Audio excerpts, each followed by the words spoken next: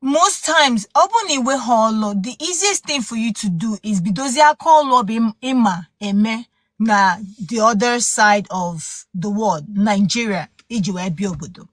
Secondly, obodo, especially United States, apart from truck driving, IT, what other stuff? Healthcare would the main thing, especially United States. I don't know about UK because they be home na UK.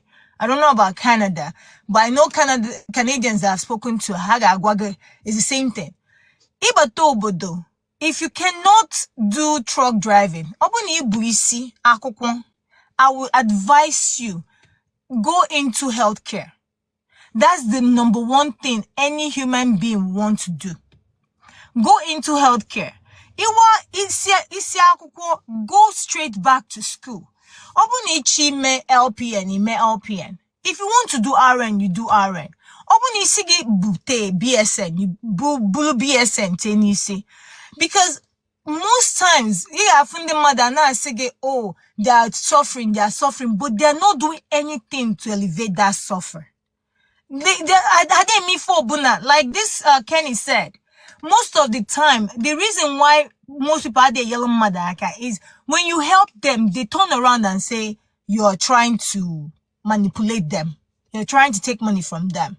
And another thing, some Nigerians too, they were greedy. Because Nigerians oboda, they would want to, if they are greedy so much that amazing more than them. Guess what? They would now go ahead and take that business from you. Like he was saying that Nana say, oh, why don't you kahana totego mepe business? Surprise. He make that same business. Those people again would take from you. So to me, it's better if you're coming from Nigeria. Iman is in Nigeria, but Buddha. The best thing for you to do is, if you know you don't have Isia Akokwo, go and learn how to make clothes, because a lot of people because I remember the other day, last 2 weeks ago, I found a woman that sold clothes down the street, and I told a lot of people, and the woman abroad in Nigeria. So it's appalling that most Nigerians, when they are leaving Nigeria, they forget that okay, obodondo is okay na abia. Equip yourself. Learn something. If you can learn something, be prepared. I understand it's hard. Don't get me wrong. It's very, very hard. But at the end of the day, you have to make it easier for yourself. And the only way you can make it easier for yourself is, one, get something doing. Malifi game in Nigeria before coming here. Because sometimes mechanic I know no boda. As in obodabo, if open maybe in your car, they don't repair it. You buy new one and change it. Or except local people, they change Irigia, as in this Spaniards and some black Americans. But ibulumoto gijena mechanic, just know that you're spending just to diagnose what's going on in your car, $150. Then you now talk about adding one or two things into it. And mind you buy the equipment or the things that are needed for it. I'm US. Okay, got you. Yeah, so at the end of the day, you know, repair. So that's one of the advice I tell a lot of people. When my friends or people call me, hey Lucy, I want to come to United States. Can you help me? No, I say first thing first. Don't think makanibu a bank in Nigeria, neighbor tobo diga chotolo banking. Don't think makani this thing business. Business had a like this. My brother ship motor from US to Nigeria constantly. And my brother now Yakuba most times. So he ships the main thing on a way to go with the shipping. So when he ships motor, the reason why he started shipping because he made himself on amazing motor of and he learned it from Nigeria. So I tell people all the time, in Abato Oboda, the quite sure, they're ready. Because after the Oboda, like I will tell you, in my workplace, in my many Nigerian, 2 or 3 people won't go. Now I've been in a hospital every time because I had the homeless. they don't have a place to stay. The only way they have to stay is to come to the hospital. One of the man, one Yoruba guy, or that like him from, if he sees me, if often that day, he will come in. If he looks at me, he will leave. The reason I think is shame and that ego of seeing a Nigerian person in the same environment as he is, especially being a homeless man. So oboda and I think it's everywhere because I'm not every other place. But if you're coming to United States, don't think there is a tree that plants dollars. Don't think that when you enter this country, bam, nigga fall. All of the, especially with the orange man. Sorry, the man I will na table kita na chair kita. It's not easy like that. Akwukwadro easy like that. So when you come in, make sure that you have a handy work. Ibatazi obodo. Obone force yolu. You can stay in that house where you are. In on that house, in a me call. Obuno ishiki name as a woman. Even a man. Jemu tota je miss akisi. Obone mahem. Obone maha a fixed moto. Obone maha a may for zone. Just malini make something with your hand. Kiwiki a little kebundi. That's my contribution to this. Actually, major to Gaja might digress a little bit. Behind here, Basra Herika, marriage, relationship, and family. Actually, major to Gajo. On a memota a lady no America, Joya Ju. I say, Mlehana or Walmart, no Buddha Heno.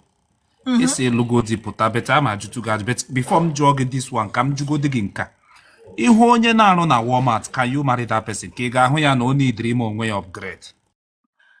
For me, onye na na Walmart, it depends on one, your ambition.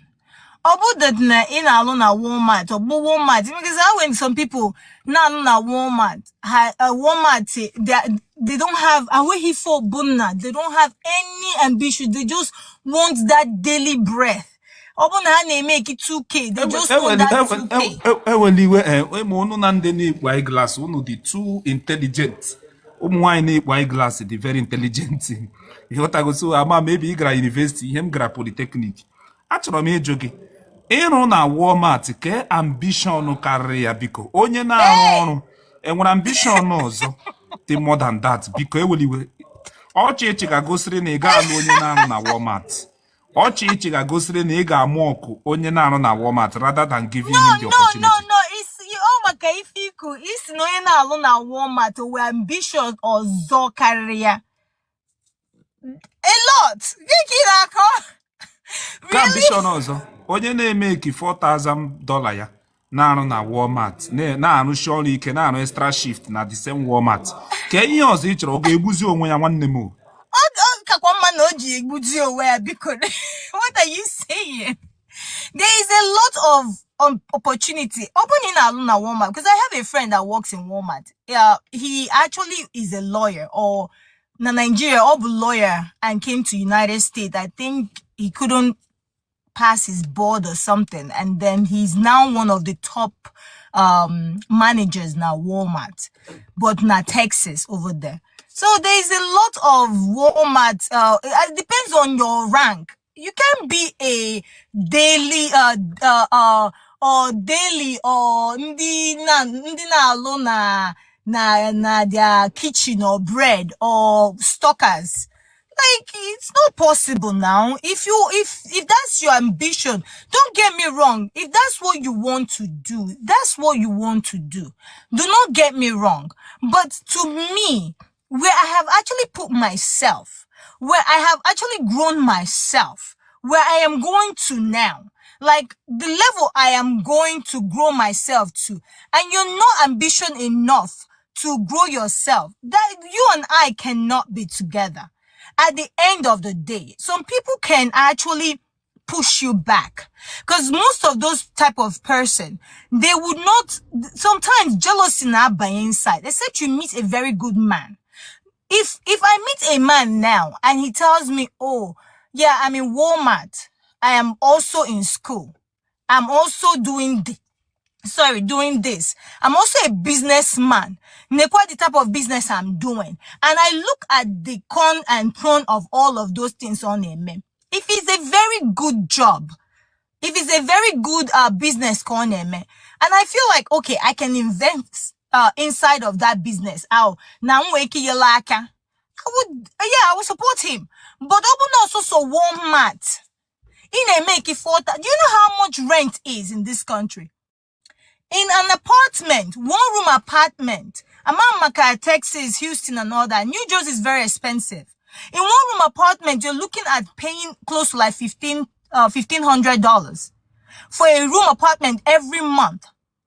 You're talking about open except anyway roommate. Some apartment, depend on this apartment now, give 1,500. It's very cheap. You're talking about apartment that that depends on the area you're staying. Like this area in Umbi, apartment is like 1,800.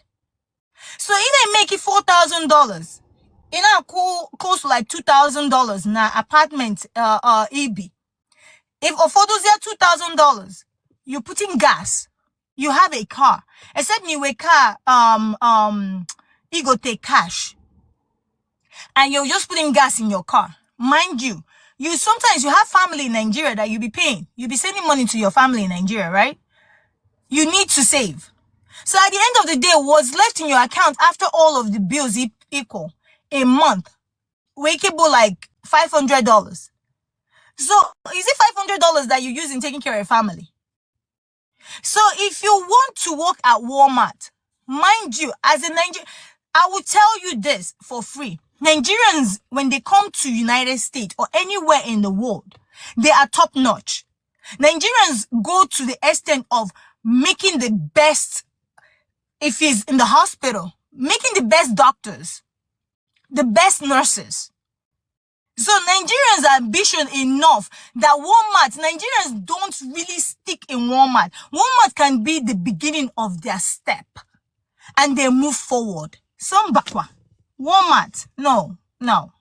Okay, one achọrọ m ịjụ gị ajụjụ ke factors na-eme nwaanyị lụọ di ya gbasa na America ka ihe mere ụfọdụ ụmụ nwaanyị ji alike divorce nwoke ọ nwoke dị lazy ka ọ nwoke na-eti nwaanyị ka ọ nwoke na-agbalị. So everything depends though. Sorry that I might hurt some people's feeling, but some men, not in my own case, my case might be different. Some men actually bring their wife from Nigeria to United States. Has sent their wine na school. Depending on those ones that live here for a long time, happens their wine no Buddha. Je Nigeria ka haje no cent. You understand? When they go to Nigeria, no cent. The cent biazia United States. When the cent lutereba, the cent goes to school. Ogachazia school or mazia that na the husband, the level of the husband and level is not the same. You understand? And then or where was that level? And another thing, some men will go to Nigeria, not Buddha. When they bring the woman to this country, the woman goes to school, struggle every struggle. And then the man will not expect that ego bunine make na your job. Gana biana payawa. As in, he will say, Obromo potarugo America. Obromo potagin obodo yibo. Obromo potageba. And because of that ego, sorry, I'm going to spoil some people's mind. Because of that ego, some men are easily way is an habido chua hife. And we women who are smart mouth, we will talk. Women, a woman that will not talk or defend herself, maybe the woman, she just respects her husband and she has that respect, a main respect for her husband. Other than that, every woman or most women, I won't say every woman because they're good women out there. Most women will say, nah, we will have to change stuff. Matter from all, Biko. If you are home before I am, Biko, book warm more up. Because if you don't want to wash the plate, guess what? There's dishwasher there. Put the plate in the dishwasher there. So it's that ego of a man will be like, America. And the same thing goes to women. A woman will bring a man to United States or anywhere in the world. The man quo pim Let me use America because I don't know about any other place. America. And that's the problem we're having. So I think it's the dynamic of Onya Potaronye and Onya Potaronye. So when it comes to me, I'll bring me now. The reason why I'm divorced, mine is abuse, right? Sometimes when a man brings a woman to the country, or when a woman meets a man, some men thinks, how will I use this word? If as I am now and I know where I'm going to be, I'm pushing myself towards where I want to be, and you start abusing me, you start putting me down, you start cursing me, beating me, I had to walk away. I'm not going to die young. My parents did not beat themselves. So why will I now stay in a marriage? My spirit and so that's how I walked away, because it's Okay. different. Ọga gị ọ ya kpọtara nụ gị your ex-husband ọ ya kpọtara gị ka ọ gị kpọtara ka ọ wụ na abụọ hụrụ onwe unu na Nigeria or na America? So we met in Nigeria, and he stays here onye oboda, but I came very years ago, over 16 years As in ago. ọwụ onye obodo ime na ọwụ a Nigerian person nọ n'ogro yiri n'obodo ahụ obodo a ka ọwụ na ọwụ onye obodo a gọgọ.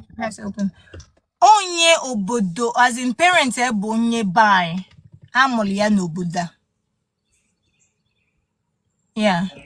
Okay. So gị na ya odetiri before gị notice well, because ọ adị m ka ọ na-adị awụ unu nụrụ Nigeria unu a na-ahụ the red flag, unu bịazie unu ahụzie red flag. So I'm not accusing you, but I'm trying to make you kind of transparent. Like what I'm trying to say is that ka ihe o ji wụrụ that na, for example, na mgbe ị nọ na Nigeria ịhụhụ the abuse, mgbe ị bịaziri obodo oyibo leta gị hụtazie the abusing side. M sị ka ihe mụrụ unu nụrụ Nigeria unu a na-ahụ the red flag, mana unu bịazie okwuchi unu ike unu ahụtazie the red flag. I'm not saying he's a good man. Oh, listen, ma. I'm not saying the man is a good man, but can you remember all those red flags no japota? Oh no, Nigeria, the man no ebono, ona. For me, I don't know about any other person. I don't believe in red flags. Sorry that I'm going to say that. I believe in red flags. The reason is because some people can change. Some people would not show their colors. Some people would not tell you how or show you who they are. Like for me, I would say I did not see quote to quote red flag, because for 2 years before we even thought about getting married. We were like, when you say 5 and 6, we were 5 and 6. When I came to this country, I would say I was naive because I was younger. So as soon as I came to the country, things went crazy the first day. And I told his father, I called his mom as well. I didn't say, Nick, look at what's happening to me. The father said, come on, I'm no new coming, new things. How did he even say it? No new couple, new attitude. Nah, don't worry, not gonna get used to you. But the thing did not change. It kept going.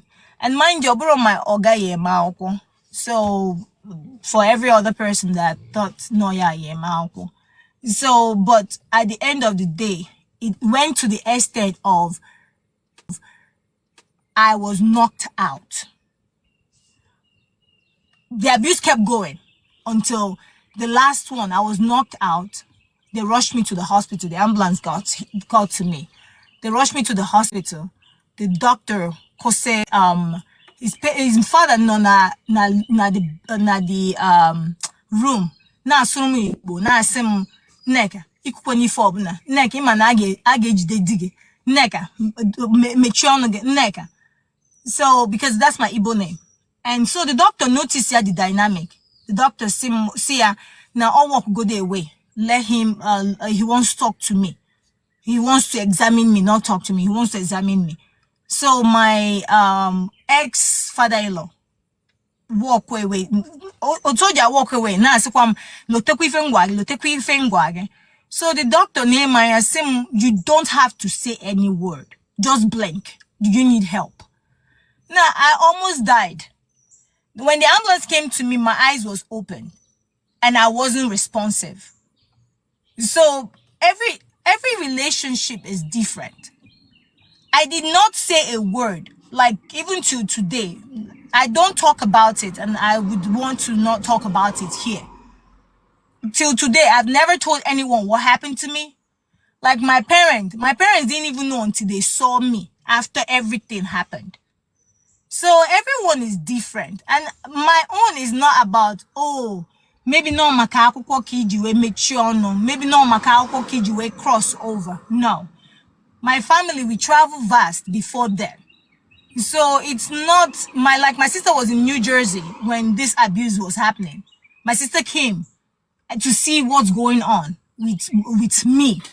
And no, yeah. go ahead. Go ahead. Okay, Go ahead, my sir. sister came to see what's going on with me and she was like, "Nek ichoka as in in Solum Natawa, New Jersey." And I said to my sister, no. Let me just stay with him for now. Let me see what's going on. And my sister was very angry with me. She's like, "Neke okwonwo, it show ni okwonwo, I show me nachite back eba asine enwo no okwonwo." I was like, "No. No, if can on a bedding kege." That's what I told my sister. If can on a bedding kege. My sister said, and so just allow me stay. Just I get emotional when I say this. So, but when I got married, I never expected that I would be a divorcee. Because when I got married, I wanted to be married. Because I was taking care of my grandma when she got sick before all of this happened. So, and before she died, she blessed me. And she told me, "Igaga, you will get married. You will be happy." But after this happened, it broke my heart. And I don't talk about it. So that's the reason why, in my defense, even in a good faith, that's all I say. Because I just don't want to put the person in trouble. Because I pulled the case away because the judge wanted to like arrest him, put him in jail and all that, because that was to me attempted murder. I'm a kroga akaba you put the case away. Okosre na inwere human sympathy. Akihona na adị bias ebe metere ya m kọrọ gị aka mana ịda ya dịka anyị na-aga n'iru ịdakwa ya m na-agbakwa ose. Ana m agbatu njanja ose. Nwanne ihe m chere ịjụ n'oge ihe iligo enwere ihe a na-akpọ healing. Anụrụ m na ụmụ nwaanyị na-enwe healing. Ihe iligo. Yeah, I've healed. I've moved forward. I healed, like really healed. I went to therapy though. I healed. I overcame it. By the end of the day, there is two different things. You actually you can forgive, but you cannot forget, right? It is hard to forget. When I say forgive, like because his mom Mikata often nozo or kosina moto. You see what you did, because the case went so wild that he had to lose his job because he went to Supreme Court and all that. So his mom Mikata, and I had to walk away. I relocated from Arkansas down to New Jersey. And now that when I go to Arkansas for like an event, when I see them, I say hi to them, I greet them. But the only one thing I never let it hold me back is I never allowed my situation determine who I would be or who I am. I never let it be me. And that's why I think I'm progressing more than I even expected. Like now I can take care of myself. I can take care of everything I hope to be, to have. Like agwa mambum, if that makes sense. Ka ihe mere nwaanyị bịa kwụsịa nke ahụbe nwaanyị bịara kwuchokwu ya asa na ọmụ nwa mejọrọ bete ọ na-awụkarị ụmụ nwoke na-adị emejọkarị. Nna ajụ ọ pụtara na ọwụ ụmụ nwoke bụ ndị na-emejọ because I run on am program live stream for years. Ahụbe nwaanyị, I'm yet to see nwaanyị ga-abịa kwuo okwu ma ọ wụ otu ha na ije relationship ya shigo marriage ya wụrụ na ya kwucha ya wụrụ na ọ dị 50-50 ya si half of it ọmụ mejọrọ lekwe ihe m ji mejọ but the other half of it ọ nwoke mejọrọ. ha niile kwuchiri okwu ọ nwoke niile mejọchara ha ndị ha na ha mere ihe o gosiri na na ọwụ atụrụmashi by him kwuo like this atụrụmashi or am I far from the truth? No, you're saying the truth. And when you say this, you're not lying. There are people that would come here and tell you, oh, the man did this, the man did that, I didn't do this. And there are people that will tell you the truth. You understand? Like for me, the reason why I would say that I have sharp mouth, I would tell you that for free. I have sharp mouth. I will tell you that with all alacrity and all mind you. But will that sharp mouth warrant you to touch me? Especially when we're talking, let me use this example. Check.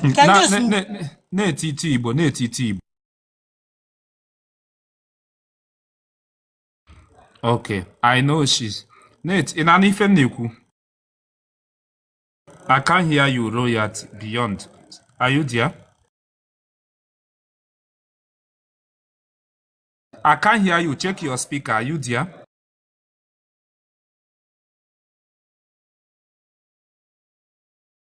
Hello? I can't hear you anymore.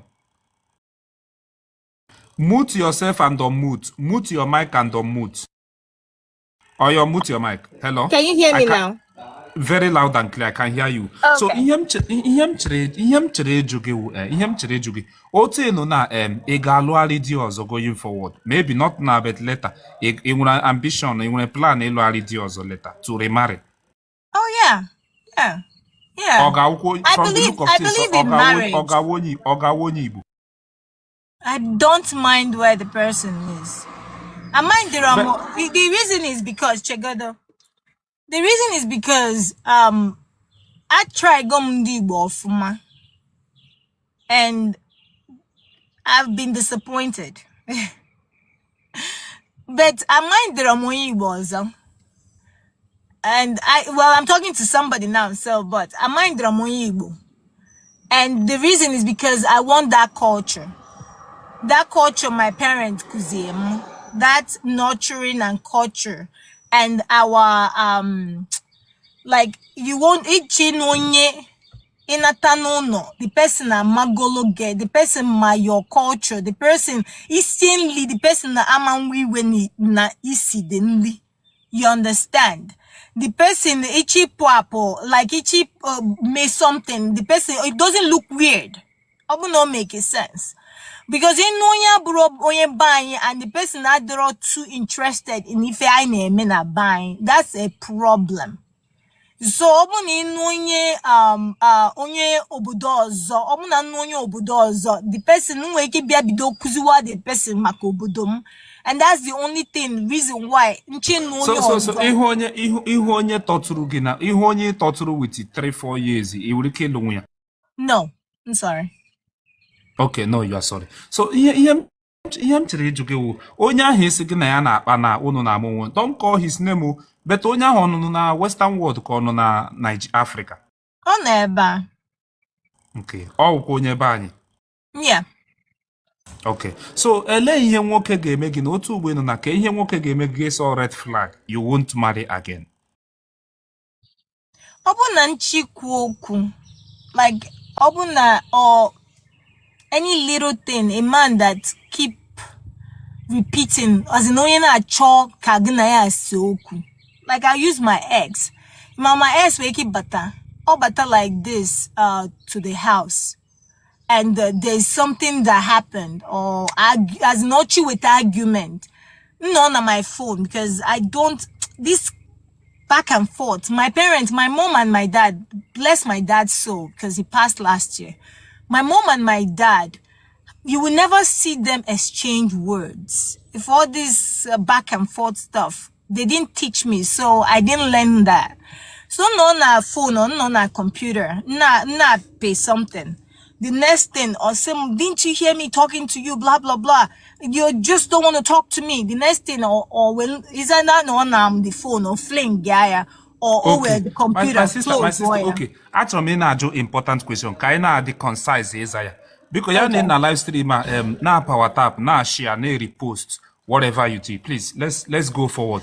My sister, I am chere jogging now. In your open live stream, and I believe na you believe in a cookie ways you could nothing but the truth. So Yeah. in him chere jogging, my sister, nwoke ọbụla ị ga-alụ ya sị gị that na I believe iwe Christian ndị Enugu na-awụkarị good women 70% of ụmụ nwaanyị Enugu ha na-adịkarị very faithful in marriage, no cheating, because ha nwere culture so many areas na Enugu nwaanyị nọ na dịgba n'iro ọ na-enwe problem ọ dị enwe problem o so na ihe mere na many people ji aga Enugu alụ nwaanyị because ha ma na ịlụ other lady be rest assured that na ọ ga-agba n'iro unless o divorce go officially. So on that note, achọrọ m ịjụ gị ajụjụ my sister. Otu ịnụ na ị ga lụọ di tomorrow na I believe na ị ga-adị submissive to your husband. Yeah, why not? Okay. So ị ga lụtazie nwoke ahụ ya abata ya asị property ndị e nwere ala niile zụkọsịrị n'Enugu steeti ma ihe niile e nwere na America na gị were aha ya tige di as the leader of the family. As a submissive woman, ị ga-eme ya allow ka ị gaghị eme ya As the allow. leader, na yawa ga-ewere the house.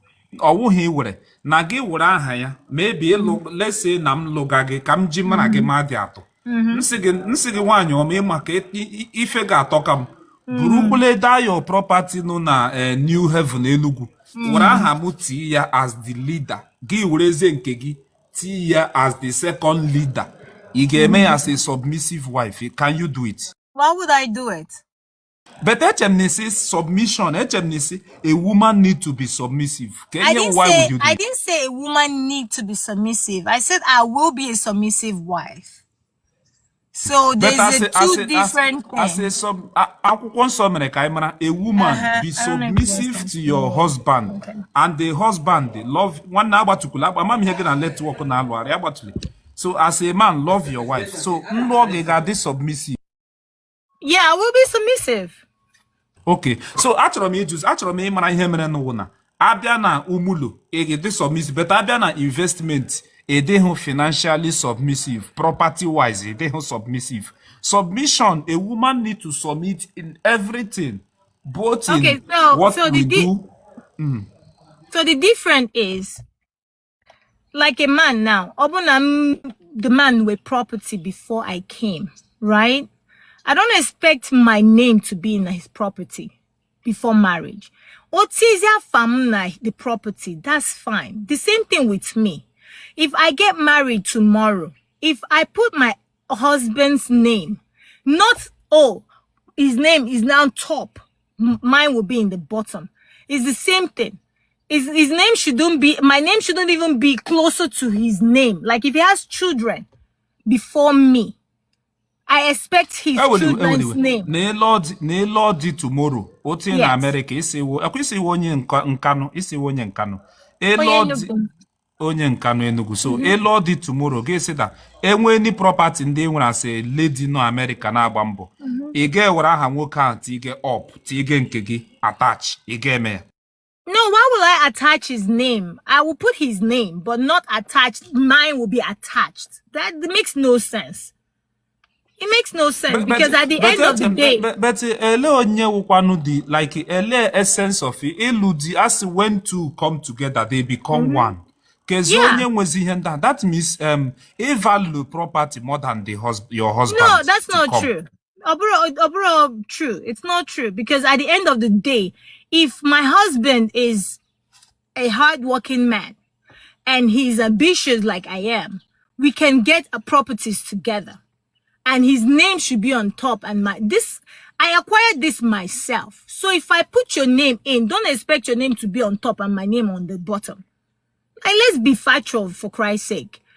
If I get married, let's say, okay, my husband Batobodo. Let's say my husband Bruno Buddha. If this is my car, right? My husband can drive my car, can be the driver. If I have a husband now in this car, yes, he can drive the car, but will I not change the name of the car to his car? It's not possible. It's the same thing in the house. If my husband Bata in the country or Binobuda, I can put my husband's name in my house. But for me to now take my own name because I'm a woman and I want to be submissive and put my name underneath and my husband's name on top. No. Obroya zemo school. Obroya gote munno. Obroya ye megonji we gote no. He didn't do all of that for me. I did it for myself. That's my own achievement. Then if he now said, okay, babe, can we now buy a house together? We'll buy the house together. His name can be the first.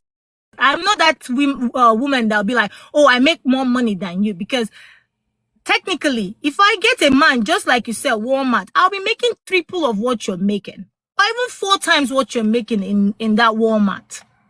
So at the end of the day, will I say because I'm making 4 times than my husband? No. That my name will be on top. No, I'm not that type of woman. If I'm making more than my husband, because for me, I feel like out of 100 men, or 100 men, sorry, only 50 or 40 can make closer to what I'm making, except if they are like overworking themselves like constantly, like a truck driver, overworking yourself constantly. That's when you will not make, okay, almost equivalent of what I am making. You understand? Or close to what I'm making, or more than what I'm making. But if you're like a regular person, you work in the bank, you're a regular worker, or you're even some engineers that work not too much, or not having a good job. Ndị kwugo okwu ga-make equivalent to what you are making. On the no Nigeria ka ọkwa ndị no America ka ị na-ekwu. America. So ị na-ekwu that na ụmụ nwoke Igbo dị 100, you can beat your chest. Apart from the businessmen, ihe na-ekwu ndị na-arụ ọrụ, only 40% will they make equivalent to what you are making. I would say so. Most United States people will tell you. Tommy can tell you. I'm sure of that. I would say so. As long as you're working, sorry, it's too hot in here. As long as you're working regular jobs. So do you think you will be submissive? What is she? Are they confident you cook? Submissive one. I will be 100% submissive to my husband. 100%, 101% submissive to him. It depends on, and also depends on, can you hear me? Sorry. I can hear you. Okay. Because I'm into health. I think you got deep about what you do. But are you into health? Are you into health? Are you a medical personnel? Yes, I am. You run your private health sector, right? No. I work in a hospital. Okay. It's okay. So, how long can you believe you need a date tupu gesi na ihe awu onye m ga-akpọ my husband? How long will you date a man before you accept him to come and do your bride price, to pay your bride price? It depends. And can you mere na-asụ Igbo? Ọ wụ na ịmaghị Igbo asụ ka ọ wụ na Igbo gị meshi? Igbo meshi eye. So 1 year like that, you're gonna answer you like that. Okay, sorry. So maybe depends on maybe the man now, because as a woman, oh okay, guys say, oh no chain no why, oh okay, get nigga anya say, hey, now I think no ya about wunyam. Oh okay, guys say, oh now this person bonye ya she spend his life with. So I think now depend on the man. As a woman, I say okay, how many months, how many years? It depends on the person. Depends on the man. Kam jụọ gị ajụjụ. Nwoke ọbụla na-abịara gị ka ọ lụọ gị na-achọ ịlụ gị. Ị ga-eme ihe a na-akpọ access declaration, mata ego ụlọ ọ na-enweta, mata ihe ọ na-arụ. Ị ga-eme all those. Ị ga-achọ ịmata ụdịrị ọrụ ọ na-arụ and ego ụlọ ọ na-enweta, his income monthly. Yeah, somehow I would, to me, because teacher, let me be politically right. To me, I feel like as a man, I want to know ego ni make. Reason is because, and how you take care of finances. The reason is because, like I was telling a friend of mine, open that nanchi no di. Actually, malo otumuna my husband gejine me the finances. Open na my husband ne make ego. I get away 3 accounts. One account, abolo a joint account. I can't omego in make. In a make 4,000 or 5,000, $6,000, 7,000, even a $10,000 every month. Iwe 3 accounts. One account bo a joint account. Ebego ni ga na abanye. Iwezi 2 accounts. One account bunke your husband. The other account bunke ge. Na akuzi owe na ụgwọ. Obuno 1,000. Obuno let's say na make 10,000. Dig na make 10,000. Obu 20,000 generally, right? One at the na akuzi owe na ụgwọ. Obuno 1,000 can check win every month. It take 1,000 account to your woman, or take 1,000 account. That joint account, abulebe ne je spend the kwụgwọ nọ. Ọbụna nnu we mortgage, kwụgwọ nọ. Ọbụna nnu we moto, kwụgwọ moto. Ọbụna nnu we other bills, kwụcha the other bills. Imazele ego ne fodozel. Ego nọ na your account, and ego nọ na his account. Ọbụla ego ọbụkọ ha je nje nete family nke nọ. Ọbụna always the extra things gina family ge chime. Iwetezi na to the table. Gina nwunye ge a discuss oya. Muna the man a discuss oya. Or ego no na your account or the nnukwu enough for you to take care of that thing. Nitezi aka na that joint account. That same joint account abuzele benu obuno business kanu chi bido. Gina nwunye ge bido business. Obuno no kanu chi gote. Is silly from that account go take this thing. It was maybe one account as extra account. A big in it wubele go no me this thing. A debe go for vacation. Because at the end of the day, nano no when abozin nano ganos in that's what spoils marriage. You understand? So that's my own take towards salary finances. My sister, na-ekwu okwu ihe na adam na ntiwo. Ọ dị m ka dị bit controlling, like a kind of na ị ga-awa onye wụ na nwoke ọbụla ga-anọ on his toes, like ị ga-akpa ya nku. I hope iwuhụ nwaanyị na-akpa nwoke nku. Because he said that no, ọnụ mmiri okwu gị gosiri m na ịkpa nku awụghị dị bad, like ihe mmiri wụ na nwoke ị ga-achọ ka nwoke ka ị maracha otu ihe niile nwoke sheme ma ya ga visiting ma ego ọrụ tara ma otu oshi achọgodo ịla Nigeria na ị ga-alụ nwoke wụ na ọ ga na-ana permission eme ihe niile mana ọ ga-anụkwa sị gị na ị ga-echit bete ọ ga na-ana permission ye sure ọbụla ofel ịdị transparent gị na ya ụlọ eke garị. That's marriage. At the end of the day. So nwoke ọbụla na-alụ gị ọ ga na-anara gị permission eme ihe No, not permission wise, but marriage at the end of the day, marriage should be transparent. Marriage should be a way whereby you and your man or your husband should be able to interact together. Okay, open that na isi ni choho ka the account be the same. You can keep your account, I keep my account. It's the same thing. Like open ni choho ka malego ni ne make as a man. Then at the end of the day, ima manego ni ne make. And at the end of the day, open ni ne make less than I am. Guess what? I'm using myself for any other person can be different. You understand? Nwoke make you get 10,000 supposedly. Nwoke make you get 6,000 a month. Supposedly, nwoke get make you go. So it may accept. At all. $6,000. $6,000 a month. A month? No, now. You're not making close to me. No. But it's not good. It's not bad though. Then they make $6,000. It's not a bad thing. Don't get me wrong. Open na United States, you need make 6,000. It's not bad. Don't get it wrong. Don't get it twisted. $6,000. You need make $6,000. That's fine. But you see no to each debe $6,000 again na akpage. It's fine. I debe nke ge. Ichi go before bun ichi me. a male with your money. If I me with my money. So it's two different things. As in, the only reason why Injewe say joint account, so that I won't want you guys say, oh, Omakanine make more than me. Or Onyenka or Makanine make. At the end of the day, makwa joint account obo. Bukwan nambo gonna spend that money. Nobody is fighting who, and that's why I know even our cause to divorce no boda.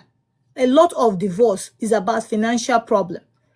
And because men and women had that water that now when you're together, you're one.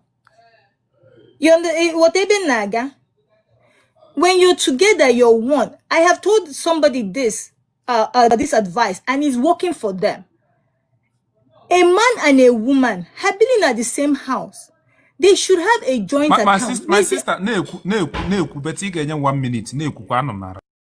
Yeah, we require another account where two of them can manage together.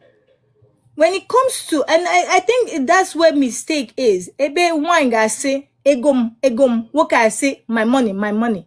If the two of them can remember that they came together to be one, even in a church, I say you've become one. If we one joint account, then you now have two separate accounts. Don't you go to diapers or you go to pad in get use, pint in get man be Kwa woka kasizia woke biko babe, can I get no now? That's the reason why you gave I have account. You have account. And the thing is, I am not controlling of what you're spending, your amount you're spending. That's why you have the money that you pay yourself. Obuna at the end of the day, that money out of the joint account equal yourself. Use wrong again. Makwala the next month or na abata na your account. Another month also abata na your account. Obuna ichijile gobo, obuna ichijile gobo me for obuna ichime your business. But when it comes to business, ichigote no chelo no Nigeria. Ichi me business. That joint account is there because you're together.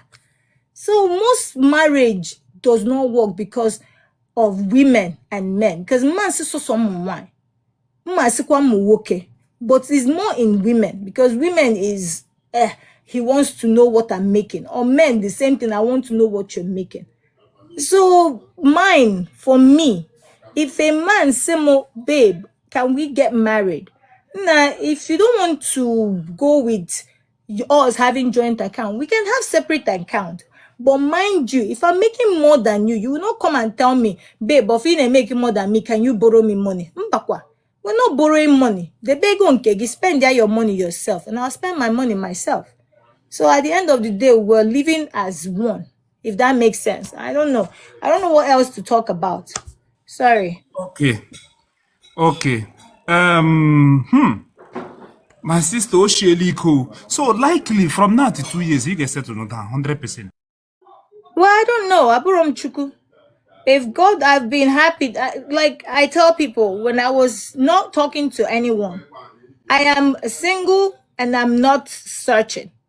Because I have so many stuff that I'm doing for myself. I'm in school. I'm working. I'm doing everything. So, So when working in Nigeria, say ko obia log na, ko obia log work di serious. You get a chance ko umba. It depends. In on Nigeria, because in Nigeria, most men got biasig in a hatching no because of one thing. The same thing with him wine. So most men, Chimamanda, I'm coming, mommy. Me choose. Thank you. Most men got sig in a hatching no and because of if a hachi wete akukwo. And some men got sig in a hatching no if he's a legit man, he will if in a mirror wege. We're all in our law. If something good that you're doing, and I come to Nigeria and fukwa na ezioku. But for more can be a onye nga na yenli. Onye nga na azunli. No, now. I feel like I think that's the problem. I know because mepezi onu isi na nna akparege because no more yege nli, or nna akparege because no more kpota go obodo oyibo. So sorry. Okay. Chomi, are you there, Chomi? Chomi, are you there, Chomi? Chomi is not here. Oga Kennedy ịnọ na America enwe ihe ị ga-ekwu na ihe ndị awa sista kwuru. Ngwa chere ka Chomi kwuo chere. Chomi adị ka Chomi. Just ka enye tupule ya chance. Chomi ngwa gaa n'iru Chomi. Chomi, welcome, Chomi. Yeah. Hi, Chukwumerije, and good evening, everyone. Daalụ, daalụ. Okay. Chomi, ụkwanụ onye ebe? Okay, I'm onye Anambra. Local government, Chomi. Anocha, Okay, Chomi, ka ebe isha join? Netherlands. Okay, Chomi, Lola Nudi, my sister. I'm not D, but I have a partner. Okay, oh, which na partner? Yes. Ama ajụtụ gị nna amazi m ihe wụ partner. Emeghị na ọ dị ka ihe new pattern. So na ihe akwa first time. So a na-enwezi ihe wụ partner now. Yes, I'm an official partner. Like if you don't want to get married, but probably you have a property together, you have a child together, you can actually inherit each other property, more pension and all that. So we have an official partner, but you guys are not married. But are not the same law. Or partner based on property. Ama na ihe n'ike ọwụ partner based on ịpịakwa ọkụ anakwa m eto okwu. Like if a partner, in fact, the difference between partner and partnership and marriage, Bona, probably ni change rafage or na, but you also went to court like their contracts and all that. That means a na-apịara ya ma ọkụ a na-emekọtara ya investment. Depending on agreement. Together. That means so partner with official, yeah, it's actually official. Like like all official. I'm not other country, but Netherlands so feel partnership and marriage. Come to know Gajju. Ese long debate when a partner. Yes, yes. Okay, local government is again. Aniocha. Anyocha local government. Okay. Yes. Nsima jo ke ihe ji believe in partnership than marriage. Ke ihe mere gị ji prefer partnership than marriage. Can you share with us, please? Not really. Like, okay, probably because I was once married, and after that marriage, I just say to myself that I chọrọ m ịnụ di ọzọ. You know, ihe mee ya. So, but ọwụnụ with onye Igbo anyị, onye gị na emere partner? No, with onye ọcha. With onye ọcha. So, ndị ọcha na-emekwa accept partnership? Of course, most times, ndị ọcha nwere ike ịsị na ha chọrọ ịnụ, ha chọrọ marriage, mana ha just so. Yeah, but in this case, bụ mụnwa bụ onye achọrọ marriage. Because achọrọ m ịbịakwa ọnwa ihe ma ị gawakwa through divorce ọzọ and all that. So achọrọ m ya. So my sister, nwere ihe ị chọrọ ikwu? Ihe ọbụla i kwukwere here, like ya nakwa m post. So ị ga-ekwu marakwa ihe ị ga-ekwu. So over to you. Enwere ihe ị chọrọ ikwu? Ị ga-ekwukwa okwu anakwa m post. So kwuo ihe ma na ị ga-emenwu. So enwere ihe ị chọrọ ikwu? No, I kind of, yeah, I kind of agreed with ihe Nneka kwu, because ihe meji wee sị like imago most of us actually because ajụjụ ịjụ yesi ya na ọ ga-anụnwe onye ọka maọbụ ọnụ ọdị ọ ga-ewere property ya niile nye onye ahụ. And for me, is not being submissive. I don't see the reason why ihe niile nwere ya because na meet nwoke echi nwere ihe niile ahụ nye nwoke ahụ. What if after a while onye ahụ gakwa n'iru then okay ihe ga-eme? So I so much believe like na ihe onye ọbụla nwe before that marriage or partnership onye ọbụla dosa nke ya, and then nwoke willingly chọzikwa itinye ya n'afa gị, fair enough. Mana mụnwa personally mara etinye ihe ọbụla nwe n'afa nwoke because ị mara ihe nwere ike ime nwa echi. Mana nke a mụ na gị nwere together. Isi nwa afọ Igbo onye Anambra steeti iwu ike iwere property gị ga-eluzie di gị iti ya n'afa nwoke. Mba, nwaanyị meji m ya esu ata di m arụ n'aka. But as akwụkwọ nsọ si when two come together they become one. I'm a Christian, but I'm a realist as well. So I believe from na ka nwe bụrụ na akwụkwọ nsọ gị na-ekwu ka mmeji were afụfụ niile nta were chinye gị. What if in a twinkle of an eye after 30 like let's say 1 year ị gabara onwe gị then lose ihe niile? Mba. Mara emenwu ya, sorry. nwoke bụ ezigbo mmadụ, ọ dị sinsia, ọ na-alụ ọvụgụ ọfụma, na-eme ihe niile, abịakwa n'ịpịa ọkụ ya apịatakwa ya ọfụma, mee ihe niile, ị gaghị emenwu nke a. Mba, mara emenwu nke ahụ mma adị igodo adị. Like, ịmago mma echere no, mara no how many years I are not together. Mara, like, I love with my head and not with my heart. Because if you love child with obi gị, you never can tell what will happen. Mana ihe ọbụla ị na-eme were uche gị na-eme ya. What if you were ihe niile inwe, especially what if na inwe ụmụazị before ịbata na that marriage? I were ihe niile because na nwoke si gị afọ nge n'anya nye nwoke ahụ. What about ụmụ ịmụ? I don't get that. nwanne m onye na-alụbu bifo ga-eba ntu partner ọwụ na onye Igbo, because ndị Igbo si onye aṅụ gbara ya hụ okpotokpo iji ọ na-agba ya agba. Yes, Delta Igbo. Onye Delta Igbo. Maybe your experience was not a nice one, or ihe mere na iji dizie wise this time around. No, regardless, we all grew. I've lived here for over 20 years. And with experience and other people's stories, you learn from it. And especially when you are coming from like maybe previous marriage, whereby name were Romo, when another relationship, you should also think about Omoge. It's not all about Moka he meet at that moment. Because he meets God, the only promise heaven and earth. Then he's so beer. Iman ju chegi so we are only him. What about home in before? So But personally, personally, again, no land or before. no, personally, whatever I have, now for Momoko day. In fact, some of the things I have, when your money are na Amarode, can when like some of the things in when Nigeria or Marode, and there's no need in Yama. You know, so most of the things I when outside there, bar, of course, in Hobunun because no Yobunama by law. Maybe that you have your house together, you have a lot of things together. Yeah, with your partner or with your ex-husband. No, my partner, when he was Azemon and my ex, I've been with my partner now for over 10 years. So manna cousin Akoko, my ex-husband, you know.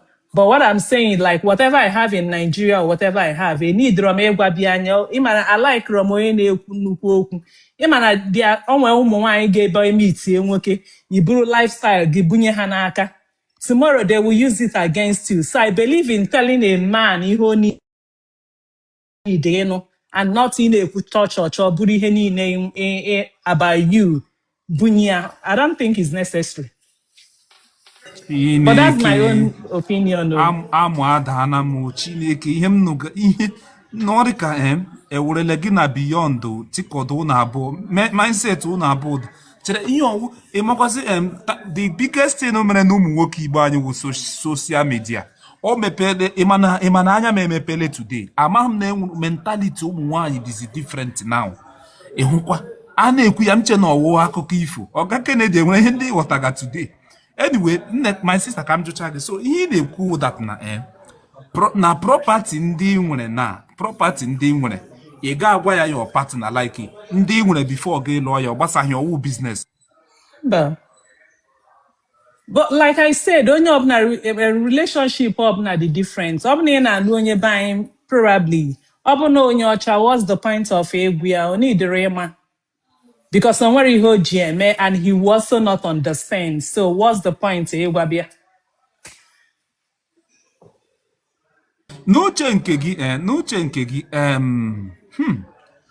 ụmụ ga believe na eweliwe ọwụ eziokwu that na ama m na isokwe na ndị di ha kpọtara ekwughezi m your partner abịaga back to the S iso na ụmụ nwaanyị wụ ndị ọga ha kpọtara true of us ọga ha yes yes okay gịnị mere I believe na ọ dị manụ mejọrọ mana achọ nke ịga into detail but I believe na enwere ebe o si mejọ but gịnị mere mgbe ahụ ọ nọ obodo oyibo ịnụ Nigeria ebe ịsọ ya kpọtara gị that no mere iji rapụ ya ụnụ anụzi together ka ihe mere na discover ya mgbe ịnụ Nigeria ga-esi ana ama alụchọwa onye ọzọ o ji wụrụ that na ụnụ bịazi ụnụ ahụzie red flag marriage eke garị enwe divorce like I said anytime why you are Nigeria all two people Manamua personally for the past 15 years I got for the past 15 years or so. I don't talk about it.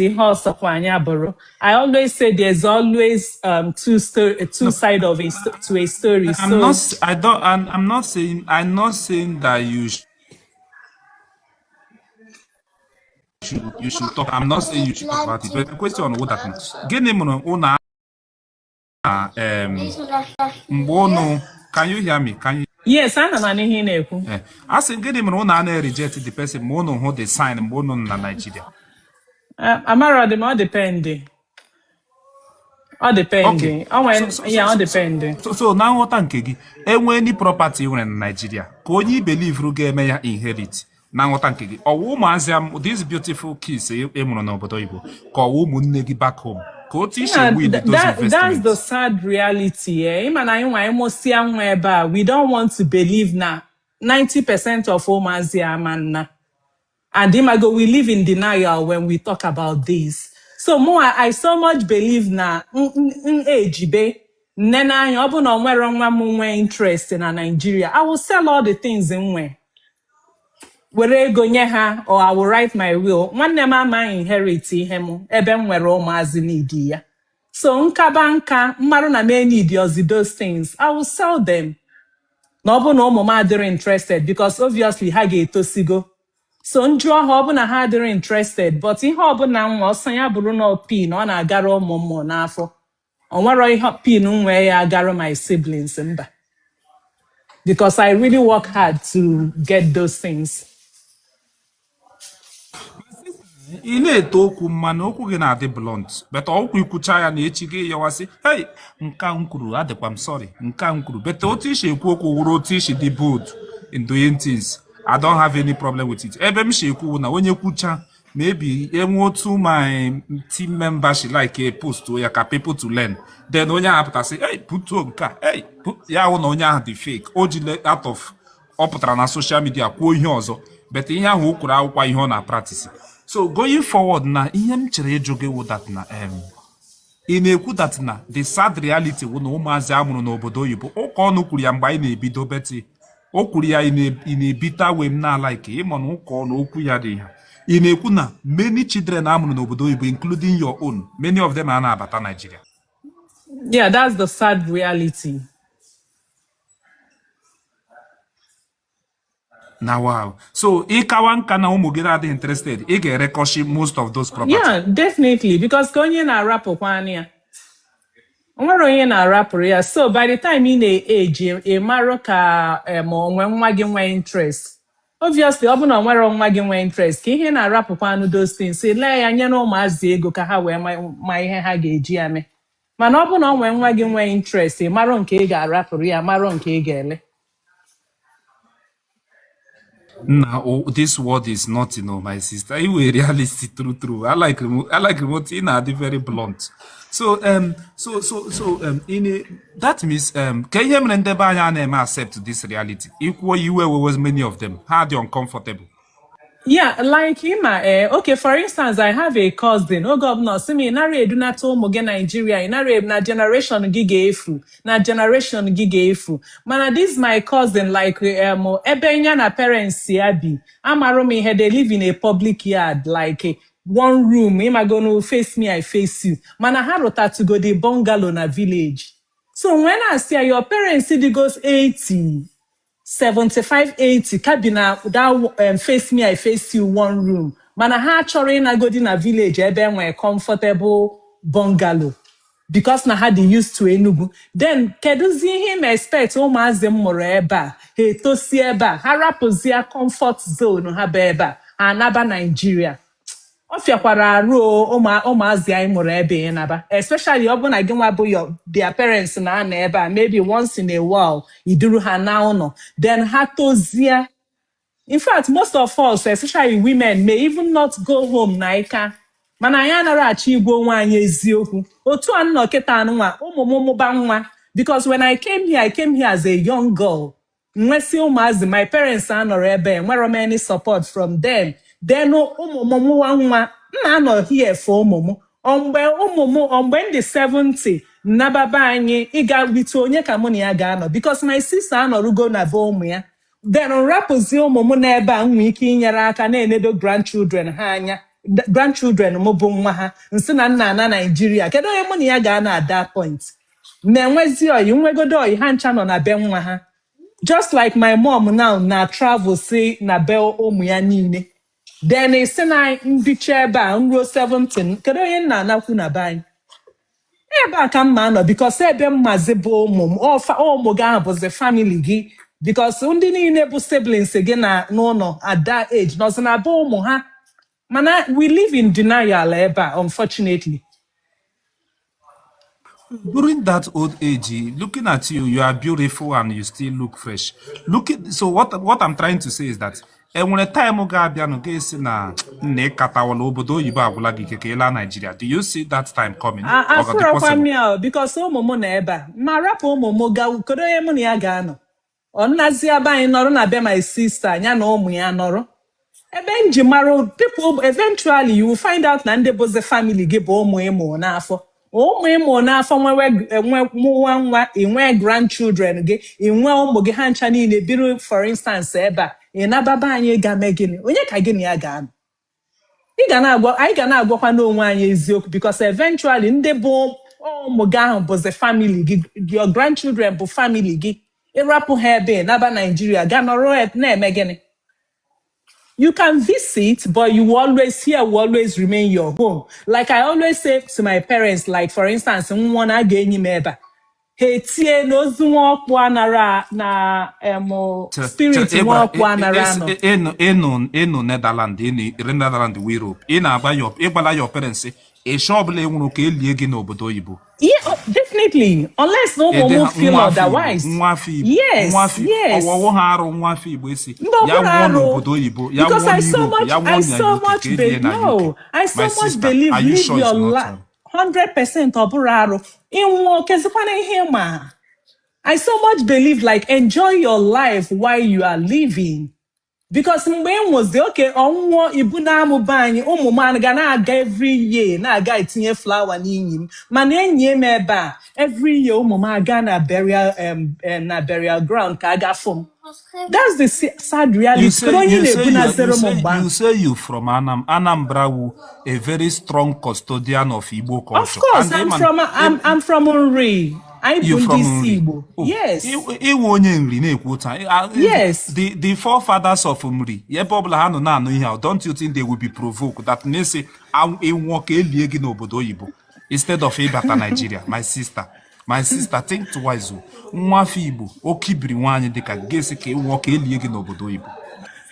Some people say it will go Lord generation in quotes. Really? Okay, sorry, but that's the sad reality. You are unapologetically about it. No way. Because I've lived here over 20 years. Eba bo owamonfo. So marapozi ụmụazị mmụ ga nọ ebe a nwa like nwụdị ha na-aga na my grave na-aga atụnye flower na every year. Ha ga-anataba Nigeria ebia mia. So why should we actually care what happens after we die? I think we should actually focus on ihe anyị na-eme ka anyị bi n'ụwa. N'uche nke m ịma na asị uche onye adị njọ. Okay, so my sister, enwere likelihood na ị ga-alụgharị di onye Igbo maybe in the future as enwere otu ihe shigodi or the possible again? When I already have a partner. Maybe enwere likelihood that in the next 10 years enwere otu something will kish me again say I need Igbo man, I need that Igbo vibe. Let me go and look for maybe, for example, onye m ga-eji mata otu ụka ọnụ nọ na ụka ọnụ ịma na ọ polygamous man. Is there any possibility of that, things like that, or in nature? But that is it. I'm being realistic, my sister. And when likely tell me. I don't think so.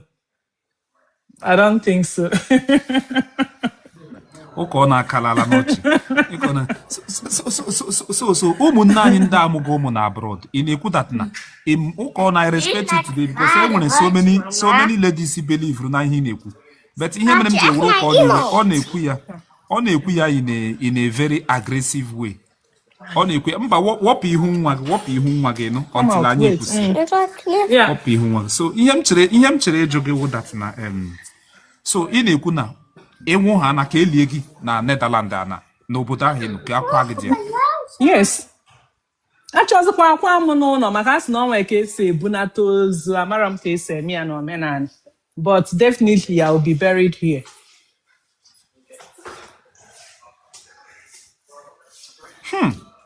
So onye ọbụla sị gị ịwụ -1 iwugo Lord generation. How can you defend that? No problem. I don't need to justify or defend it or the one necessary.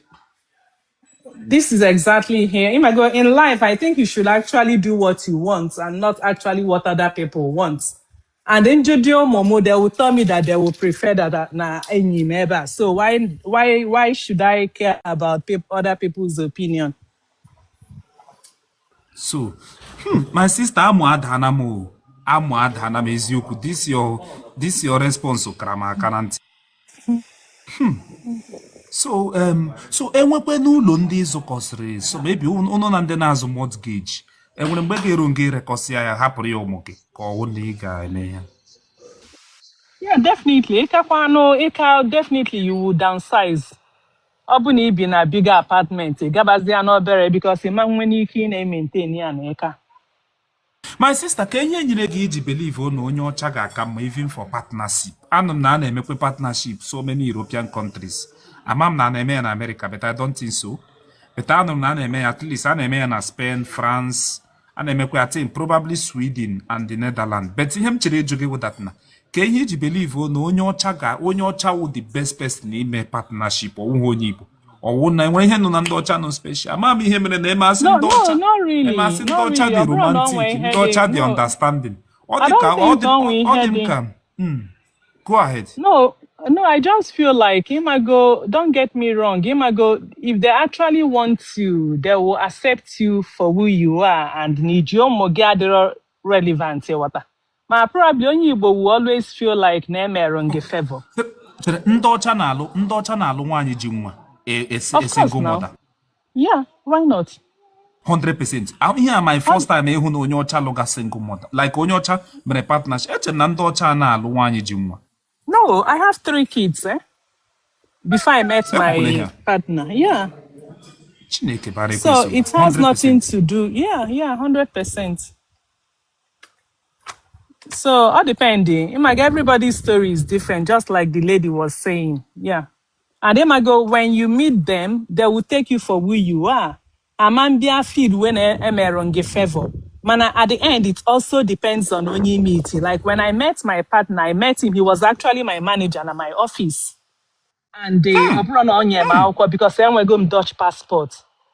So ihe niile depend ka isi meet onye ahụ and ebe no meet onye ahụ. So ọ bụ na ị meet onye ahụ na ị na-acha akwụkwọ, onye gị condition, or na maybe na ị na-achọ onye ga-enyere gị aka ka ị kwụọ bills, gị onye gị condition. But whereby you've made yourself like ị ga school, mesịa masters gị nweta ọrụ, nwee career, na-arụ ọrụ, meetzie ya n'ọrụ. And not na ebia na hustle ka ịma ka ọ ga-enye gị akwụkwọ, marụ ka ọ ga-enye gị every month you need ka ọ kwụọ bills. So it all depends. Everybody's story is different. Sister, you made a prenup before going into partnership. Did you do any form of prenuptial agreement? Kind of. Man, anyway, kind of. I am condition like anyway because actually obviously. Man, I'm on some certain condition like anara mom or born or work or okay, I get me with the properties and all that because now man all come away. You want to go? So it all depends.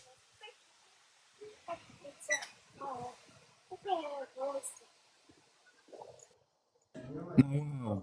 Okay, that means today's marriage, one of my friends from Abuja, one lady from Abuja, my friend, 80% of marriage now was by transactional. Oga Kennedy, megodo moot. Oga Kennedy, one advocate of prenup. Amame Urotishi, Eno na ihe our sister Sikuru. And when he gave about it, Adlam social media na-agwụzi m ike ka ikpeazụ a ihe a na-anụzi na-awa m isi enwere ihe ichiri ikwu. Okay, mụ na anwụchile first of all ịma ụka m na-arị ka mmiri otu ma ụmụ nwoke ya mụọ nwaanyị ụmụ nwoke ebe ọwụlụ unu nọ kelewe na onye mepere TikTok because ụka ekwuru ekwu ukpo obi ndị mmanụ ọrịa maka nkwuru maka onye ọzọ kwuru. Number 1 wụ maga anọghị n'obodo re-civilized ị ga-amasị ụdị ihe emega and a lot of our brothers ndị nọgodi n'obodo re-civilized amasị ụdị ihe emega. Number 1 wụ most of us ji arụ oke ọrụ and our like a kind of our circle might not be aware of this kind of thing, but a lot of these things we know it already. To nde aribeghị informed about so many things in Megane, which we have been hearing testimonies or stories about here Megane na developed world na wo that na gị wuru nwoke ji elu nwaanyị ọkakwa mmaga alụrụ nwaanyị ebe nọ so that go onye ahịa nna eti condition kpe eji etigazi condition na than ije lụọ onye ga-akpọfụta because definitely out of 100 70 ga-ahafụ gị because akọ niile akọrọ today na ka akọrọ last 2 months bịara bịa mezie m n'isi ka akọrọ mama n'isi na kowa ya wishi ma ya today ihe niile m na-eme na social media today this our sister so red and the other lady no on flank ịmakwasị ha meziri m otu a mepezie m anya ịmana ugbu a ka m matara that na ị na-alụ nwaanyị out of pity ị na-alụ nwaanyị na oshi from poor home or the loyal on your own ịmana ịhụla Akwugo gwara anyị ụmụ nwoke ịmana Akwugo na Akwugo our friend yes, no Germany ịmana Akwugo ọwa an advocate of a stable la Nigeria ga-akpọta nwaanyị but ọ sizi ọ nazi ekwuzi that narrative ọ nazi ekwuzi ya ka ikpeazụ a also instead marry where you are find somebody na ebe okay Chukwumerije ka mba shikwa na this ụka a na-ekwu okwu ya anụla m series of stories about nwoke na nwaanyị alụrụ na Nigeria akpọ ahịa here enwebu onye ajụjụ si ele ihe mere nnu ji gbasa ma ọwụ ele ihe ichere first English eji asụwa abuse and ịmashi any person ikpuru ihe gbasara abuse ke nwoke ahụ aka ntụọla enyela gị -80 automatically and this is the skills most of our sisters iji alafere gazina ihe ha mere nwoke. Chukwumerije ka m gwa gị ka ewe eziokwu ana m ekwu ya na with open mind that na most of marriages break na obodo oyibo a eboro abuse washi or total ashi because the niche ụmụnna ndị nwaanyị ụfọdụ ji alafere gị kwuo ala abuse aka m even ụmụ nwoke nọ here gasị ihe ọjọọ now enwere ihe chọrọ ikwu here ihe m ga-ekwu na wụdatina Chukwumerije tili our sister ahụ kọrọ akụkọ yi red ịsọ enwere ihe ndị o kwuru ịma eji na amasala okwu ụmụ nwaanyị ndị nọ na medical field nwere categories. The real people gụrụ nursing na university na ndị mere certification ahụ ofu their mindset all like this all kpa ndị mere certification all can gị wụ telo n'Owerri ga-abịazi America mee certification mee awụọ RN brain gị ga-arịzi ka in on top of the world but the people who did the school go school wụọ nurse wụọ doctor n'obodo a anyị makpa ha na-eshi akpa agba so onye ụlọ afọ public na-abịa agwa gị ejikwe I make more money than you. I don't talk about money.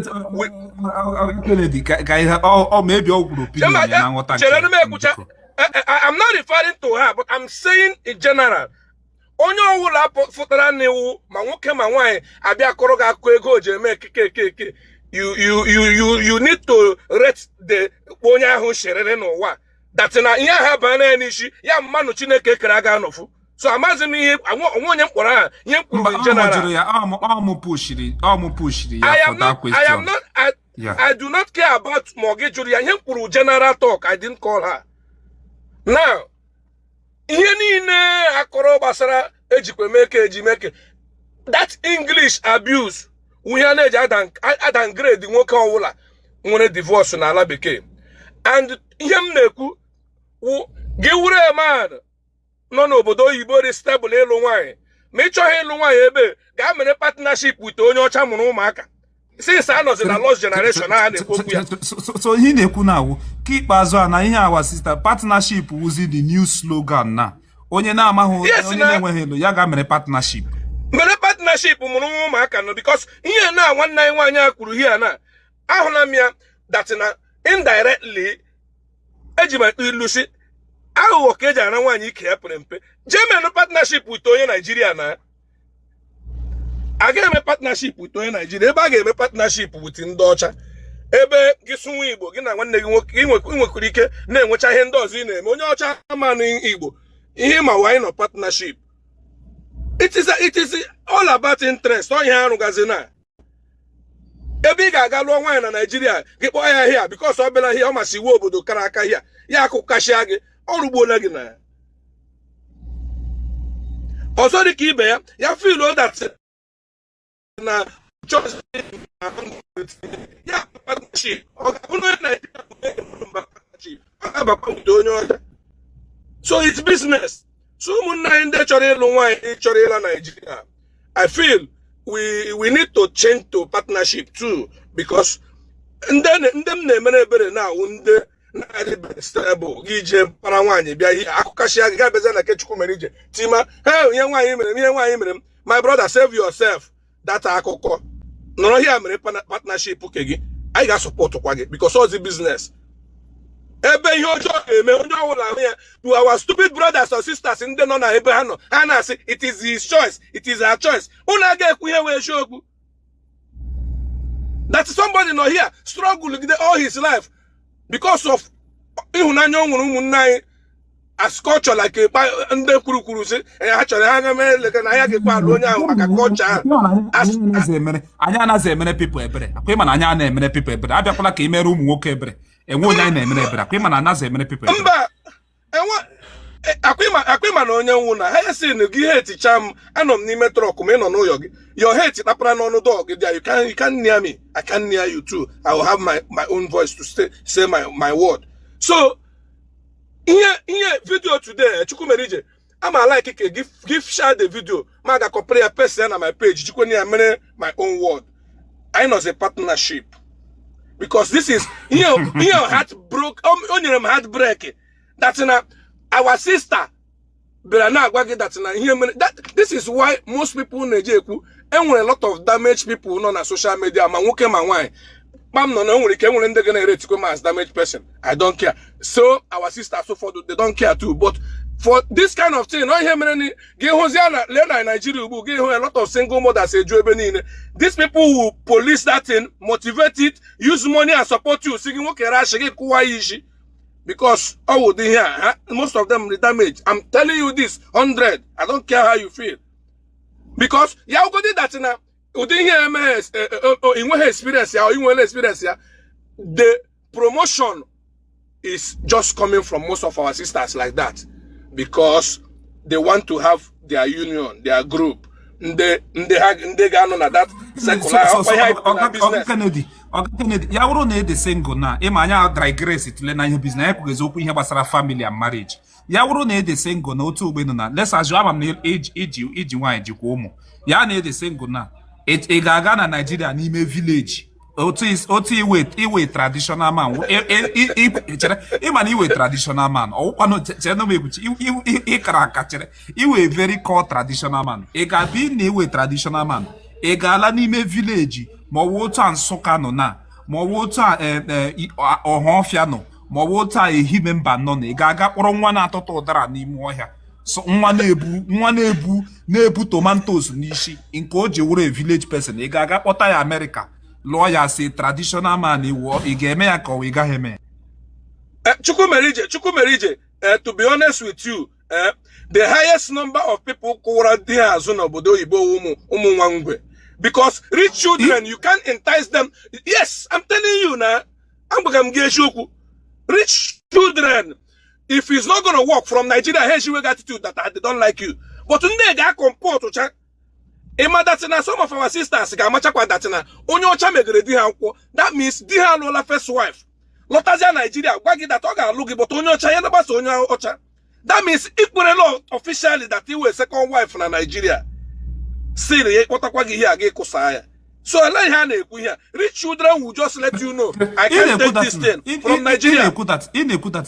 The highest number abia no muwai na apia nwoke azu both gender na apia wazu beti abia na gender ka apia wazu aga ka nwete na umu nwamgbe poor ladies. Poor ladies, oh habia ya o their life. Hey shikashi immediately. On him ji gwagi that na nursing na America. Ndegara university for nurse from high school to college na here. Their mentality reach than ndeshi onwere ke onye oguchara na Owerri gi asu na Owerri na aru sense gi anum or something. Ya biazi America e link ya up to medical ya gucha ya ri ya ko ovurule the whole America nishi. Ge hu nga na akọ you just see the difference. Nde bi na Yankee here ma hem na akọwara gi. Ana enyo ya enyo. The people school who pass through them, have passed through school, you don't see them make noise. But when they can, how many of them go to school in Nigeria? I say, he will nurse in Nigeria. Or a few. Oh, many of them go to school in Nigeria.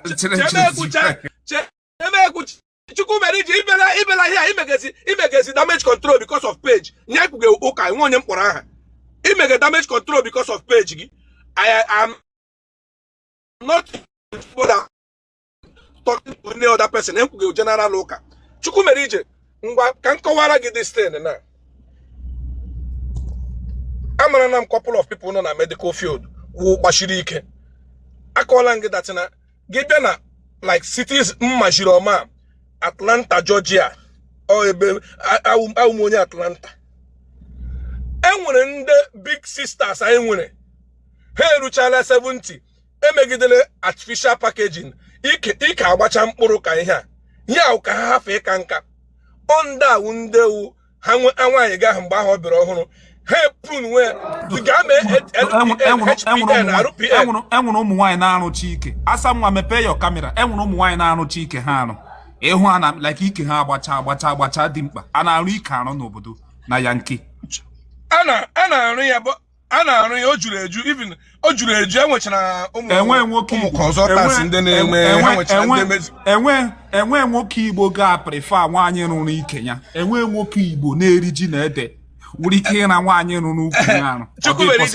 Because ụmụ nwoke Igbo like ihe dị organic, ha like ihe dị original. Enwe nwoke Igbo na-eri ji na ede ga like nwaanyị na-arụ ike. Kuwe. Chukwumerije ịma ihe ohi ga na-eme ndị ọzọ ụkpa m nọ ịma na ihe mpụga na Chukwumerije all those people rụchara ike ahụ mgbe ị ga-eji amakpagharị reality wo ha bịa na African store by jamkpa bịa zụrụ onye ọsụmọ ma gị gwuru na ihe ha bịa isi ya gị lee ikiri ụkwụ ya dị ka ikiri ụkwụ my mother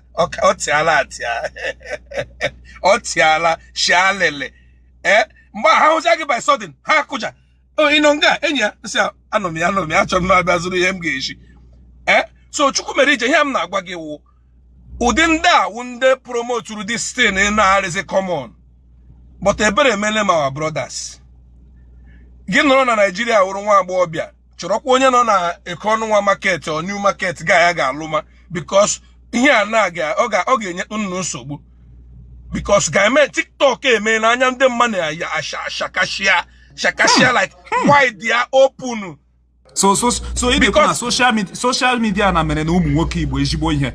Men ụmụ nwoke Igbo gbashiri ike. Social media emego ha ahụ ihe na-eme n'efere mba ụwa ma ndị no Insta ma ndị no Blue app.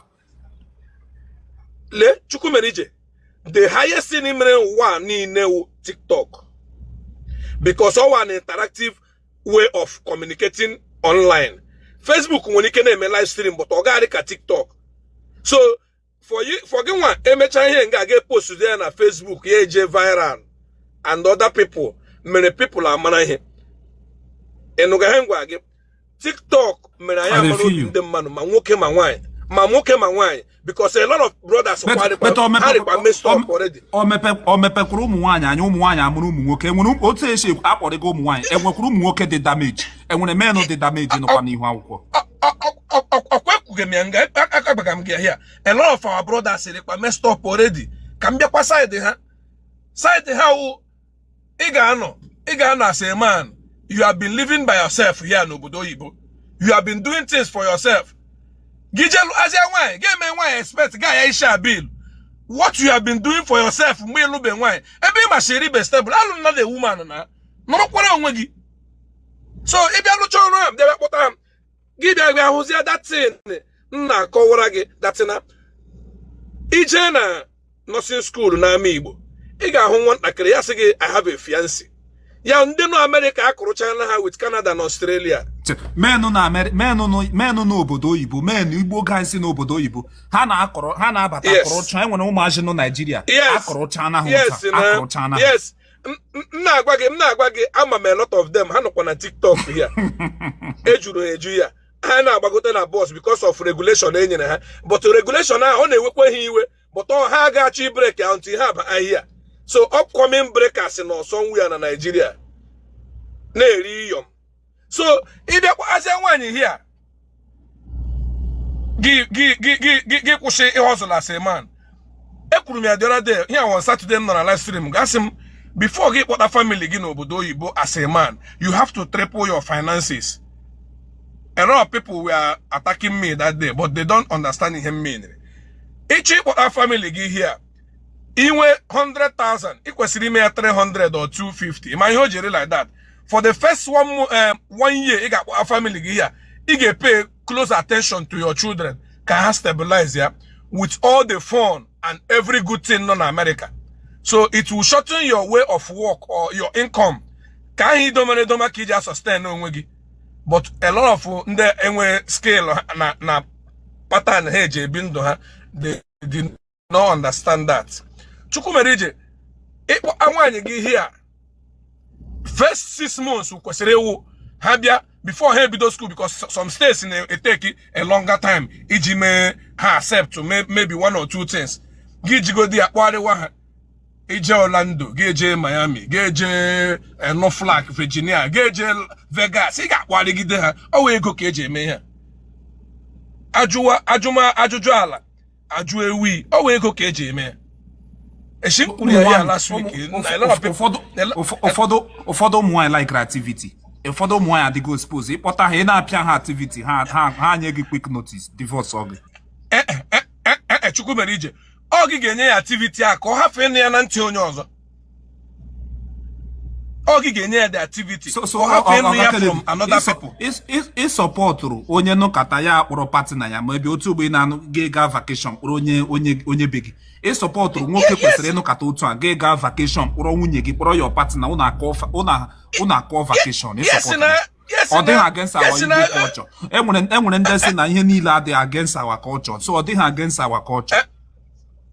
As far as ikpe onye ke gị ya enwere ihe ndị eji agụ gị jere ntị ya enwere ebe nọ na enwere one side ya Chicago gị lodge ya na that room o nwere sauna n'ime room ahụ o nwere mini swimming pool ịchọ ya shower vibe gị hụ dị shower vibe dị ọkwa ihe ị chọrọ so enwere sports juru eju. But Chukwumerije, last word m ga-ekwu here to our brothers ndị ihe emebe but ka ọ ga-eme ọ ka ga-emeri ọ gakwa eru ha n'aka ọ Agnes nwa mma ọ ga-eru ha n'aka wụdatina iwure man wuchie nwoke ahụ iwe ike enwe ni bili na-efu ije futu shie ike ya wụrụ sida woman mere gị ihe ọjọọ because once i bidoro shawa bill with nwaanyị nwanne iluse ole value gị na nwoke ibe gị bi dia ga nwoke ibe gị bi so onye mere ojenye aka niile ahụ ofu enwekwara ndị nụ na-enweta nnukwu ego. Chukwumerije ya ushi na-enwe nnukwu ego akpakwala nwaanyị gị biri makpa ahụ ije ebi ma ọ gị lụọ onye nọ na system already ọwụ onye ahụ nọ na system ga-ahụ ahịa ikwu gị. Ihe na-ekwu that na ifile na ibelivru na ị chọrọ ka nwaanyị na-asọpọtụ gị lụọ onye nọ n'ime system But ya wuru na ịkpọta nwaanyị, ịchịrị ịkpọtazi nwaanyị from Nigeria, wuru odogwu throughout. Yes, akwa ihe kọwara na the other day na. Lonye no na system mashi ugwu yo gi 1500. Then gi lawyer nwere ike gi kwọ 1500 and ya were ka side ka share ga erie. Na ememe ya dia. Awu gi je kpọ somebody. Meanwhile ịla Nigeria, nwere ike ego save since 3-4 years ga-eji zụrụ RS 460 bịa kụwa na ahụ gas chairman ibi na apartment nnọcha gasha gị bịa kpụrụzi adị nwa bịa dị isi agbaka ya ihe ọkpọ were ya ihe ọkpere enwere ladies wụ that na nwoke kpọta ha ga na fall in love, nwoke kpọta ha bịazie Europe ma ọ UK ọ America ọ Australia, ha bịarute nwoke ahụ kpọta ha bịarute ihe ahụrụ awụghị ihe ha mere expect ha pretend ya ọ na-eme nwaanyị nwere ike ịwụ na di ya kpọta ya obodo oyibo ihe ndị o mere ihe ọ hụrụ agazie below her expectation ya eme ya pretend ya ịmara na ịnọ na marriage di gị kpọtara gị ihe hụrụ ihe ọ na-agba gị mgbe ịnọ Nigeria awụcha ihe hụrụ send ya request na ihe hụrụ dị below expectation send request my sister ịmara na ịlụọla di ihe hụ ga na marriage is below your expectation send request. Let's hear from your experience. Go ahead, sir. Ngwa Chukwumeri ije ka m nyetu gị small low down na. Amana m couple of my friends like I'm not downgrade in mad na ihe ego, but amana m couple of my friends ndị ha lawa Nigeria na enwere ha na-akpọ quick loan n'obodo a. Ibiri 5000 gị kwụọ 7000. So ha biri 5000. Ha nwere moto na Nigeria ọ ha chọrọ ịzụ moto ogo ha eji azụrụ moto. Ha biri 5000 here. Hey, were 1000 kwụọ December, January, February. Maybe a 250 or 300 ego ga-akwụ because ị ga-akwụsị extra interest. 4000 or 45 no cash. No cash. Mgbe ego no 2000 something, 1000 something. Get to ala down na Lagos pam. Ego a wash you dele. Give Ruzia that your 350. Kubaga. Na nkwere. Ma wo to side. Iwe big boy. Iloji godiri na hotel ino n'obodo akwụ.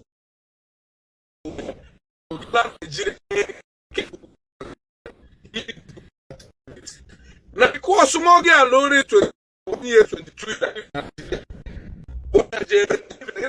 from any nwoke na Nigeria onye na-enyegodi ya nwa 20,000 30,000 before ga ma onyo na-enyezi ya 100 ngwa baby gị were akpa like this buta akpa cheme eji gị Chukwumeri ije ịma akpa ndị a mgbe ụfọdụ ndị eshi buru ụdị akpa asị gị baby buta akpa gị la ya gị enwe isi $. Enwere ụmụ nwoke nwaanyị na-ebuburu nwaanyị akpa enwere ụmụ nwoke wụ na ha na nwaanyị ga occasion nwaanyị ha nwa nwe buburu nwaanyị akpa enwere men wụ na ọ ha nwa nwaanyị gasị nna ga gote ihe bubu akpa ọ nọ 2 ways na all these are some of our sisters in the tipia here and there karaka na ala Nigeria ji ego zuru homies ndị a na-eyi big polo na Nigeria o juru eju na ya bịa big akpa but all those women really like that ha ga big akpa ezigbo ego na o nwere ike big akpa bụ like 100,000 or 200 because of trust oge if she can leave her husband you are nobody to him or nwa idea o trust oge o wike trust oge ivuru ego ya gba ọsọ so Chukwumeri ije Gida kuchada gyalo Razolin na Nigeria benye ya hope that na at least in the next 2-3 years na ga abia America Chineke emebere ya ga-ebia ya bia chọfụta that na ihe na anya taizi inya taizi awụkwa ihe ọjọọ but he live above your means na Nigeria because he chọrọ prove something as onye lara December Chukwumeri je that girl bia here bia no 1 or 2 months not 3 months those are our sisters bia nye idea of so many things so man imo oge devalue wegi indirectly ABC woga elehe gị na mmanụ ji ashaga room or ashaga apartment some of us bicha na basement ebe a na claim big boy anyị macha ha here you understand now ya bịa here bịa no 1 month 2 months 3 months 6 months nweta ọrụ ihe ga-emebiri gị ihe well e month ọwụla ego ụgwọ ụyọ ga-ezu ha ezu gị si ya kwụọ sọm ya kwuo ya Igbo spirit gị ma iji Igbo spirit gị ị na-arụzi ọrụ ma ego ahụ ezu gị believe o si ma woman ga-akwụ ya irele your birthright as a man here ihe mgbe gị pure fat ọ ka mma that na instead ga-abiri ego kwụọ ya ka ọ na-ahụ ya ya nyewezi gị nsogbu ya hụ ya sị nna dadi ịnakwa na ata ahụhụ too much ka m tii ime ego ihe gị nwa depend ya na elu nwaanyị ka ọ kwụọra gị ụgwọ ụlọ ọ kwụzuore gị ụgwọ ụlọ eshaa ka gị na nwoke ibe gị bi ya mege ya ri too much ya kọrọ onye ọrụ ya nna amakwa m ihe nwoke a chọrọ isi arịze ka ha asị ya ọwụzi nwoke ndị ebe ọkwa ihe dị mmege m ji hapụ ya akwịmasị nwere problem as a man. You have a big problem because agbacha ya ishi na akọ do eshi client ya mo patient ya nyere ya nsogbu ya lọ ya ese gị iwe ahụ na ahụ gị sị ichenji elo ya information ọ gatara karịrị isi ya gị wụrụ onye hot temper do ya aka n'ọnụ kpam plus agwala ya sị polisi mee ala kpọọ polisi nwanne ịla ala ya kpọọ polisi ihe ọ ga-ebo gị wa abuse na even na ị na-abakwu ya abakwu a lot of things